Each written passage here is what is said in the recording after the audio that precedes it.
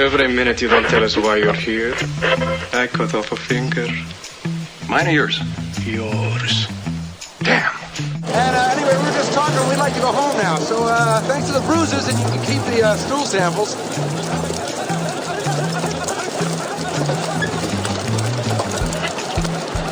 Boys, it'd be a shame to have to kill you now. This is Plausibly Live. Look, I'll be the first to tell you that over the past month, my brain has not been working like a well-oiled machine. There have been many times when I've woken up or come to and said to myself, did that really happen?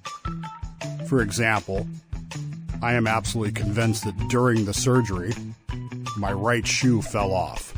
Now, I wear slip-ons, but those Tony Romo Skechers slip-ons, I'm convinced that it fell off.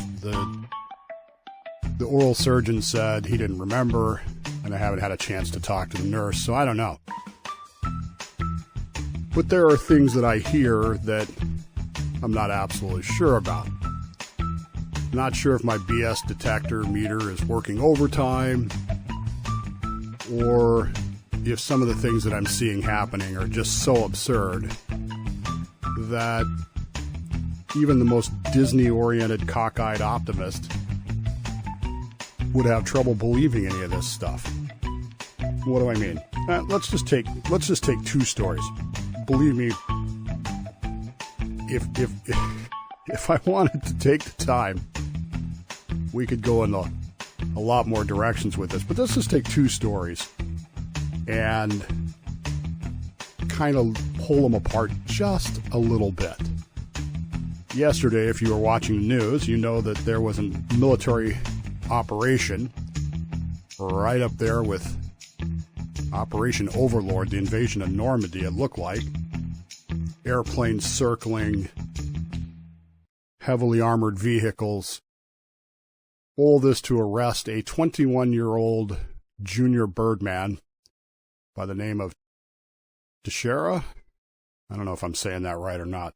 There was a baseball player who spelled his name the same way, and it was Teixeira, so I'm going to go with that. This kid is a 21-year-old E2, possibly E3, Air National Guard member. He's not even full-time military. But he does work in an intelligence unit in the Air Force, where he held the title of, and I'm not making this up, I'm reading it, Cyber Transportation Specialist. I don't even know what the hell that means. I read stuff like that and I think to myself, somebody has way too much free time. People ask me what I did when I was in the Navy, and I try to explain it to them. The first words out of my mouth are fire control technician, and they think that I fight fires. Well, I did, but not, Anyway, I don't know what a cyber transportation specialist does. I do know that this kid was 21 years old. He was an E2, possibly an E3. It's a little unclear to me. But he is a very junior birdman. Let's be absolutely clear about that. This is a very, very, very junior member of the military. This is not the guy that they sat around the table with and said, okay, we need to talk about our plans for the future for Ukraine and Taiwan. We need to discuss battlefield tactics. We need to discuss, damage reports. This guy was not at the table for these discussions. He was not part of any of this. But he managed to get his hands on this stuff that was written down because he's a cyber transportation specialist, which apparently means he picks it up and moves it from one desk to another. Whether that's by email or physically picking it up on a thumb drive, I don't know. It's not clear. In fact, the New York Post yesterday ran an article about, well, how did this guy get his hands on this information? Well, there's some possible ways that he might have done it. He may have had a higher clearance. Doesn't matter. Your clearance, see, this is the thing. The clearance doesn't matter. I held a top secret PSYOP ESI clearance. That doesn't mean that everything that's top secret PSYOP ESI is known unto me. Because again, you still come back to need to know. And I'm telling you, Teixeira had no need to know any of this stuff. He's an E-2 airman, bird man. He may have been able to access it, much like Snowden was. Remember, Snowden did not have access to the material, but they handed it to him and said, here, take this over there. And along his way, he managed to download it because nobody was watching him. Same with John Walker back in the 80s. You have these procedures in place. You have systems that you're supposed to follow. And I don't really care what you believe about this little airman. I don't really believe what you believe about the story. I don't believe if you watched this whole thing yesterday, this incredible military operation that they pulled off arresting him. The whole thing is BS. Because the reason he was able to get a hold of this stuff was because, follow me here, procedures were not being followed. The people who were in charge of him did not do their jobs.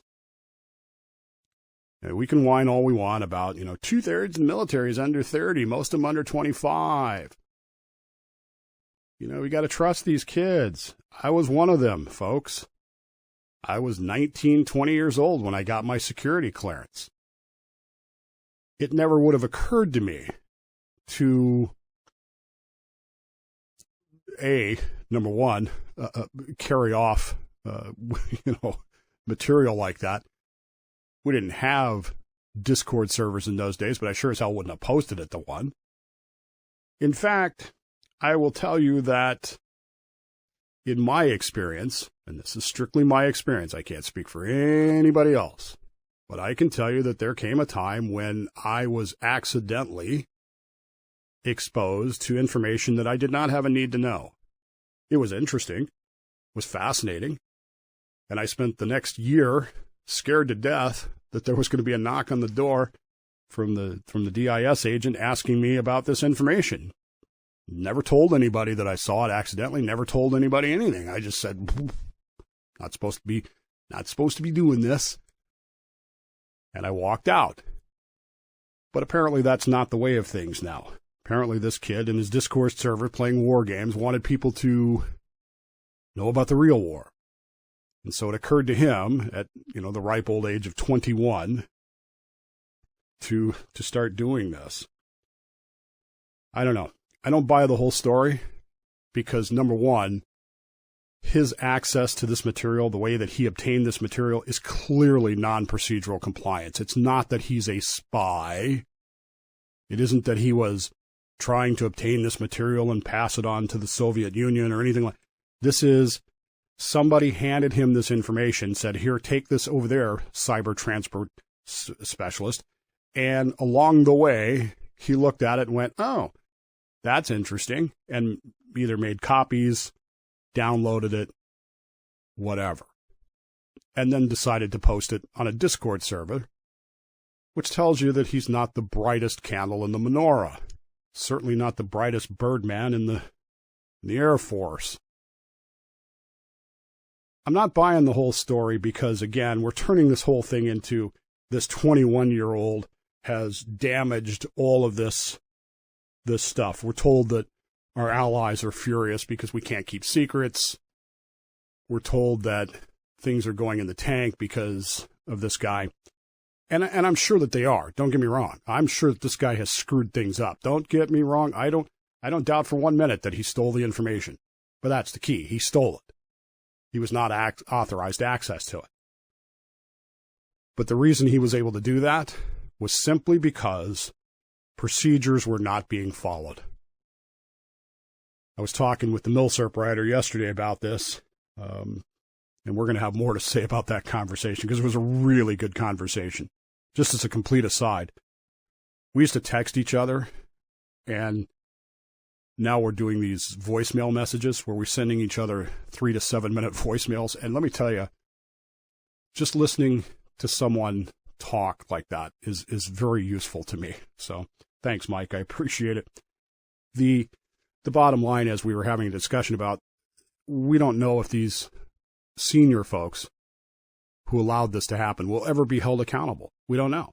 We assume that they will be, but we also know that it won't be, there's no way that it's going to be a front page news story. General relieved because airmen stole material. Somebody has to be held accountable for it. Somebody has to be punished. But everything is focused on this 21-year-old junior birdman because he's the idiot that, posted it online. And again, not taking anything away from that. I'm not saying what he did was, good, bad, or indifferent. In fact, it was horrifying. But the only reason he was able to do it is because he was allowed to do it by non-procedural compliance, by people who weren't paying attention to their own jobs. And something, and I don't know what it is, something in the mindset of younger Americans today in the military does not carry the same weight that it used to carry. And I don't know why that is. That's something we need to be looking at. The destruction of patriotism, the destruction of nationalism, the idea that you protect your country and your secrets, for some reason, has gone away.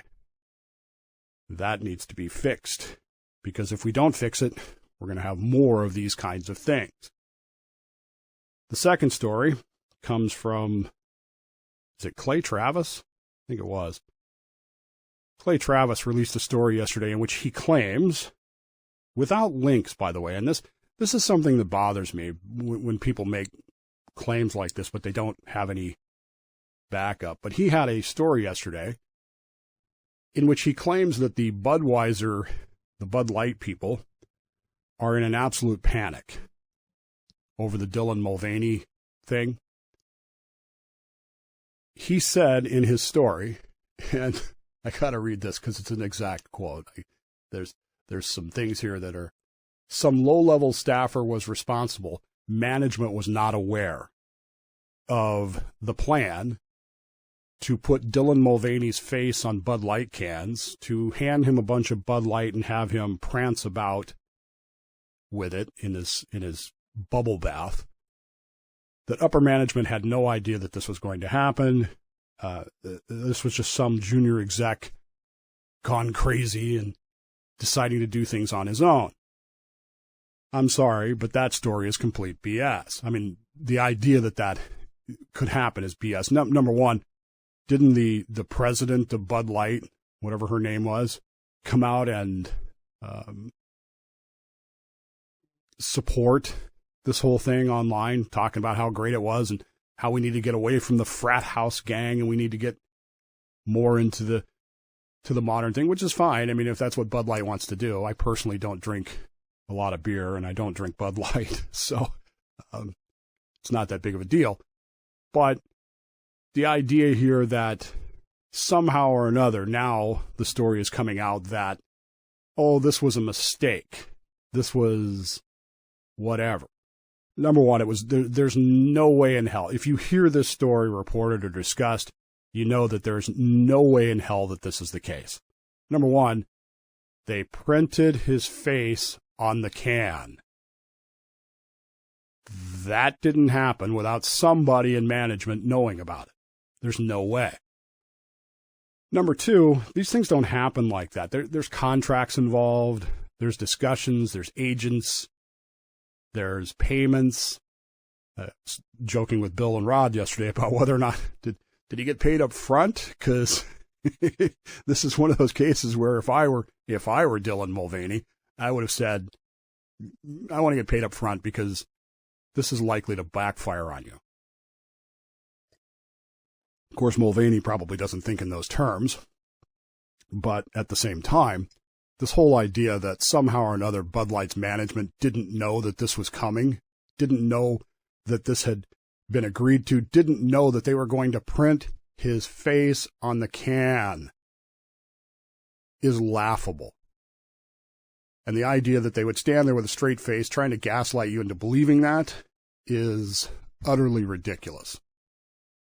But it's not all that unusual. Here in Washington State, we have a bill that passed, I don't know, day before yesterday, 5599, that the supporters keep telling us is to protect transgender children. And the idea of the bill is that transgender children now can run away from home and be protected by the state. The state will take care of them, get them their gender-affirming care, and oh, by the way, not tell the parent. The state of Washington now has a law, because Inslee's going to sign it today, that says the state can take your runaway child who's transgender, operate on them, give them drugs, and never tell your parent where the child is. Never. And the news reports are that, the people who support this bill are, well, this is necessary to protect the children. It's amazing the gaslighting that goes on. It's amazing the stories that we're expected to swallow. It's amazing these ideas that are pushed into us with, you have to believe this. You have to believe that a 21-year-old, very junior airman is entirely and solely responsible for this leak. Which, by the way, now this morning, I swear to God, I'm sitting here watching this. They're leaking. The search warrant is being leaked. It's almost as if we just don't even... Anyway, you have to believe that nobody at Bud Light had any idea that Dylan Mulvaney's face was going to be on their can. I got to be honest with you. This is funny. The first time I saw the can, I had no idea who it was. I didn't know any... I was like, WTF? I didn't know what it was. Didn't care. Still don't. Don't drink Bud Light. But it's clearly a scramble now to make it somebody else's fault. Oh, those evil white Republicans who live in the rural areas who don't like, transgender people. And because of that, we have a new law in Washington that says your child can run away. These are all stories that, if you listen to the official story of, I'm not buying it. I'm just not. It requires us to step back and think. But one of the things that Millsarp Writer said to me yesterday was, there's this mindset. He was talking about growing up in the projects and that sort of thing, and he's talking about how assimilation is a survival instinct, and that you have to assimilate, because if you don't, you'll be in trouble. And there's almost this mindset with these stories that they want us to buy, that we have to assimilate into accepting this stuff, because if we question it, we're the outsiders. We're the crazy people. We're the kids saying, that man's naked. And I think there's some validity to that, and I think there's some further exploration of that story, that idea, that I want to get into, hopefully, in the next week or so. In the meanwhile, take the time right now, tell the people that matter in your life you love them very much. You'd miss them if they weren't there, so don't pass up those opportunities. You don't want to have that regret. Plausibly Live, I'm Dave Bowman. We'll see you next time for the Dave Bowman Internet Radio Show.